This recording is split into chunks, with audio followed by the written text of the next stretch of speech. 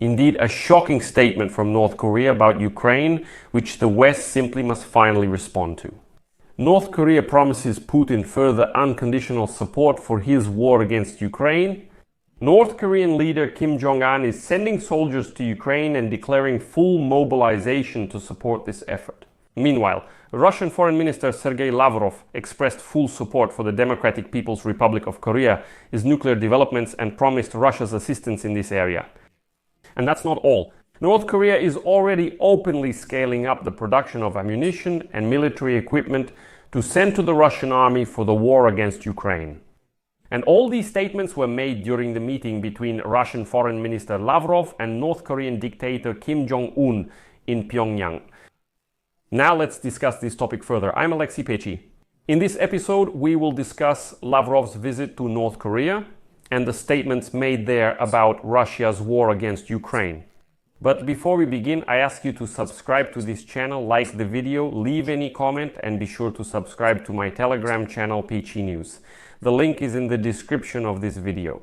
There we publish breaking news as it comes in. So right now, Sergei Lavrov is actually working with officials in the Democratic People's Republic of Korea to fully turn North Korea into a military donor capable of supplying Russia not only with weapons, but also with manpower to continue the war against Ukraine. Information from South Korean and Ukrainian intelligence about Pyongyang's planned deployment of its troops to participate in combat operations against Ukraine already on our Ukrainian territory. Sergei Lavrov, the head of the Russian Foreign Ministry, indirectly confirmed this during his official visit to North Korea the previous day.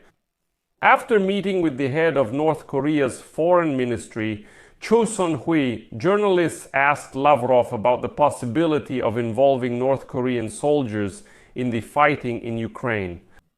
In response, Lavrov stated that the deployment of Democratic People's Republic of Korea troops to Russia's Kursk region was solely the initiative of the Democratic People's Republic of Korea leader Kim Jong-un, and the Russians supposedly just accepted this help.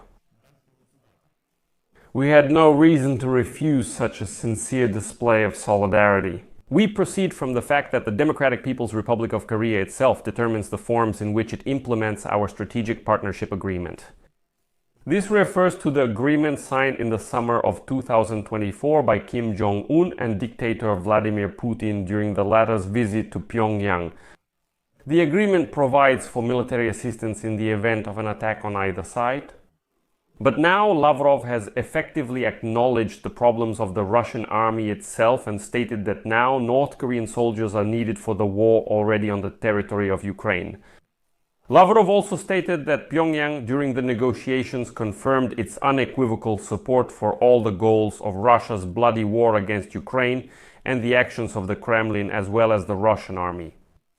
For her part, the head of the Ministry of Foreign Affairs of the Democratic People's Republic of Korea stated that North Korea will unconditionally support the policy of the Russian Federation to, quote, protect its territorial integrity and sovereignty within the framework of the Strategic Partnership Agreement. Well, and of course North Korea is keeping silent about the fact that it was Russia itself that started this bloody war. Let me remind you, at the end of June, members of the South Korean parliament, citing data from the National Intelligence Service, reported that Pyongyang may send additional troops to support the Russian offensive in Ukraine as early as July or August of this year. For this purpose, North Korea is recruiting a new military contingent, which will supplement the units of 11,000 soldiers that were previously sent to push the armed forces of Ukraine out of the Kursk region. In addition, last week an internal document from Ukrainian intelligence was published, according to which North Korea is preparing to triple the number of its troops fighting on the side of Russia. According to estimates by the main intelligence directorate of the Ministry of Defense of Ukraine, Pyongyang may send an additional 25,000 to 30,000 soldiers to help Moscow in the coming months. Moreover, these soldiers will be sent to Ukraine, not to the Kursk region of the Russian Federation. Well, meanwhile in Europe and the United States, as you know, they just shrug their shoulders and argue about at what level to continue military aid to Ukraine. Unfortunately, the Democratic People's Republic of Korea is actively continuing to help Russia in the war against Ukraine. And according to South Korean officials, The Democratic People's Republic of Korea has already supplied Russia with 28,000 containers of weapons and artillery shells for the war against Ukraine. And this is highlighted by the data from the official report of the South Korean Military Intelligence Agency. According to their data, the Russian occupying army received from Kim Jong-un more than 12 million 152mm caliber munitions. Also, since October 2024, North Korea has sent about 13,000 military personnel to the Russians. They in particular helped to push the armed forces of Ukraine out of the Kursk region after the Russian army failed to do it on their own.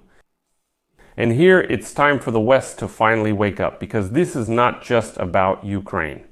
The fact is that Pyongyang's involvement in the war against Ukraine has already brought the North Korean economy more than $20 billion.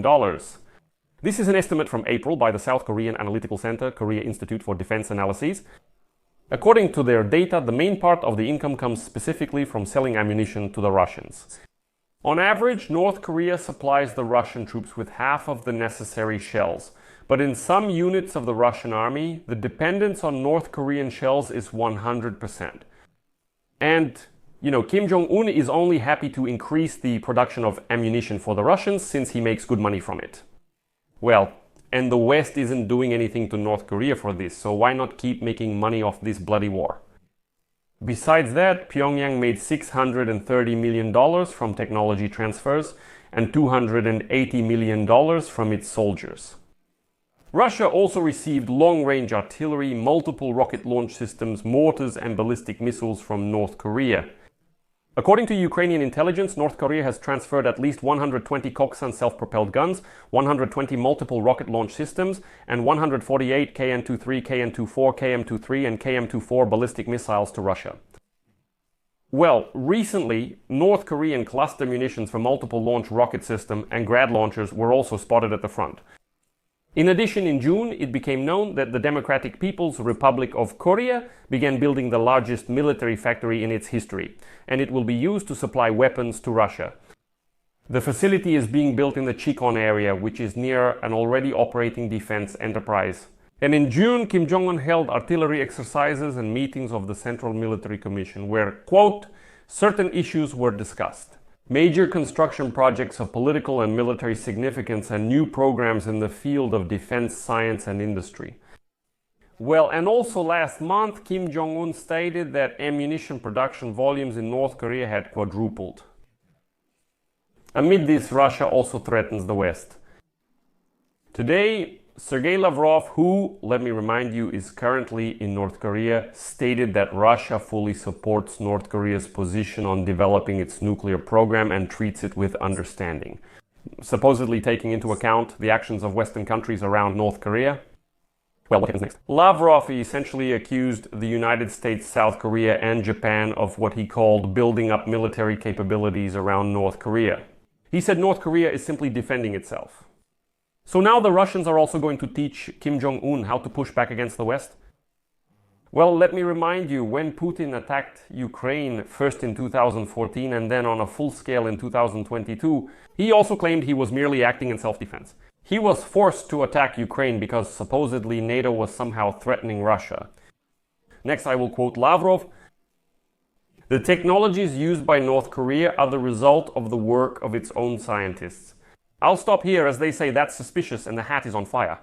Lavrov is saying that no, it's not Russia, we didn't transfer nuclear technologies to North Korea, it's their own scientists. I'll continue the quote. We respect North Korea's aspirations and understand the reasons why it is developing nuclear weapons. There is military buildup around North Korea involving Washington, Seoul and Tokyo. We caution against abusing these relationships to build alliances against anyone, including Russia and North Korea. Just imagine the audacity and cynicism. Lavrov, who arrived in North Korea to negotiate strengthening military cooperation against Ukraine, is calling on the West to refrain from uniting against North Korea and Russia. Meanwhile, the United States, South Korea and Japan are expanding trilateral military drills to counter North Korea's nuclear program development. And on Friday, the three countries conducted joint air drills involving American bombers capable of carrying nuclear weapons near the Korean peninsula. Military officials met in Seoul and called on the Democratic People's Republic of Korea to stop any illegal activities that threaten regional security. But Russia, on the contrary, encourages North Korea to develop nuclear weapons, and it is obvious that it is transferring all the necessary technologies for this. And in addition, North Korea is allowed to make good money from Russia's bloody war against Ukraine. Meanwhile, the West keeps arguing among themselves about who will supply Ukraine with air defense systems. Patriot. Americans say Europeans should do it. Europeans say Americans should. I'll leave it at that. Share your opinions and conclusions in the comments below this episode. Subscribe to the channel, hit the bell, and don't forget to like. That's all for now. Take care of yourselves. Goodbye, everyone.